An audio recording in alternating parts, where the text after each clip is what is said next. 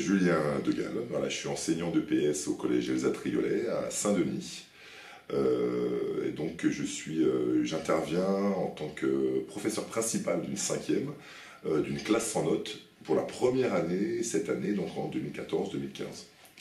Ce que je suis venu chercher ici, donc à cette journée, c'est surtout de pouvoir partager les expériences avec mes collègues d'autres disciplines, pour pouvoir échanger justement sur les manières de faire, les outils qui ont été mis en place au sein de leur établissement, et puis voir éventuellement aussi les difficultés auxquelles ils étaient confrontés, pour pouvoir nous également œuvrer à une meilleure classe, à essayer d'améliorer le dispositif autant que faire se peut.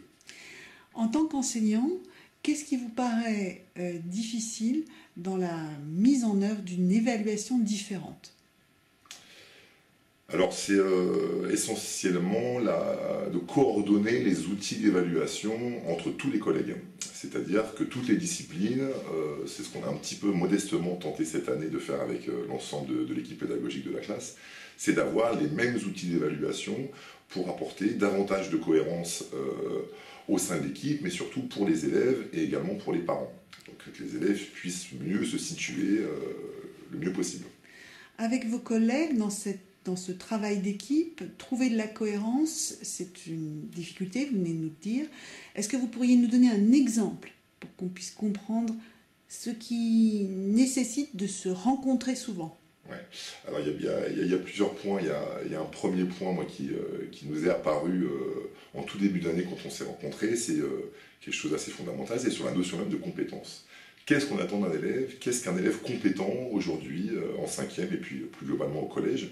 Donc déjà ça a nécessité pour nous de redéfinir un petit peu cette notion de compétence pour pouvoir être d'accord sur comment on allait évaluer cette compétence ou ces compétences suivant les disciplines. Ça, c'est le premier point. Et le deuxième point, après, ça a été dans le choix des items. Alors, à titre personnel, sur notre expérience, on a fait le choix de cibler vraiment le nombre de capacités qu'on attendait de nos élèves pour pas tomber dans un livret, voilà, une usine à cases.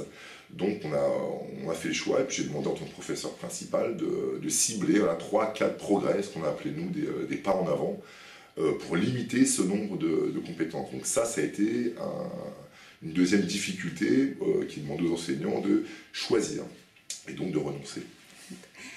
Qu'est-ce que vous tirez de cette matinée d'échange ? Alors, comme je l'ai dit un petit peu au tout début, moi ce que je retire, c'est cet échange de pratiques, de voir qu'il n'y a pas une vérité, il n'y a pas un modèle, un dispositif qui marche plus qu'un autre. Je crois que tous les collègues, autant qu'on est, on a nos difficultés, nos manières de faire qui sont un petit peu différentes. Et c'est ce que j'ai trouvé très enrichissant. Je pense que moi j'ai pris 2-3 billes de ce qui se passe dans des collèges pour essayer de les refaire à notre manière, se les réapproprier dans notre dispositif. Quel exemple ? Je pense à leur collège, j'ai oublié son nom là, mais ils sont sur un système qui se rapproche un peu du système de ceinture, où ils demandent à leurs élèves de passer à l'horizon novice, il y a une dénomination, novice, habitué, expert, et ils demandent à leurs élèves de passer par tous les degrés d'évaluation. Donc ça permet, à mon sens, une sorte d'évaluation positive où un élève, quel que soit son niveau, sera mis en situation de réussite parce qu'il sait faire forcément quelque chose. Qu'est-ce qui vous paraît difficile pour la rentrée à venir à mettre en place sur cette question d'évaluation, sachant qu'il y a le nouveau socle et la réforme du collège à appliquer ? Alors là encore, plusieurs points. Un premier point au niveau de l'équipe. Moi je suis en train un petit peu de composer mon équipe avec les enseignants qui vont être volontaires. Donc on va avoir un nœud, je pense, un vivier de profs un petit peu moteurs. Et puis il y a des chances qu'on accueille des collègues qui n'aient pas choisi sur ce dispositif.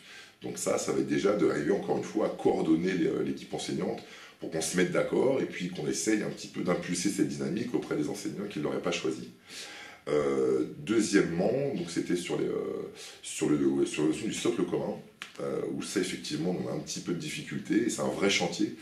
Tout ce qui a été dit ce matin était très intéressant, mais il va y avoir, nous, un vrai effort de notre part, à savoir de partir du socle pour après voir comment les différents programmes et les différentes disciplines vont pouvoir alimenter ce socle commun. Ce que nous, on a eu du mal à faire encore à l'heure d'aujourd'hui. avec le parcours de santé, mais pas forcément celui-là. Voilà, exactement. Comment on va évaluer tous les différents acquis, que ce soit les parcours, que ce soit le socle commun, que ce soit les acquisitions dans chaque discipline. Donc il va falloir qu'on trouve encore une fois des outils communs pour relier un petit peu tout ça et arriver à finalement aboutir ce fameux socle commun. Et là, pour la réforme du collège, qu'est-ce que vous envisagez comme poursuite de vos classes sans notes? Comment vous allez coordonner de poursuivre cette expérimentation à la manière de la nouvelle réforme? Ouais, il va falloir encore une fois qu'on se mette bien d'accord, qu'on soit tous partie prenante du projet. Et puis il y a un point, notamment sur les EPI, où on va tenter de s'approprier un petit peu ce dispositif pour essayer au maximum de tisser des liens entre les différentes disciplines pour des projets qui ne lient pas forcément que deux disciplines, mais arriver à faire une sorte de fil rouge entre toutes nos matières pour donner de la cohérence pour les apprentissages des élèves. Merci beaucoup de votre témoignage sur la journée des classes sans notes le 12 juin organisée par la CARDI. C'était 2015. Merci.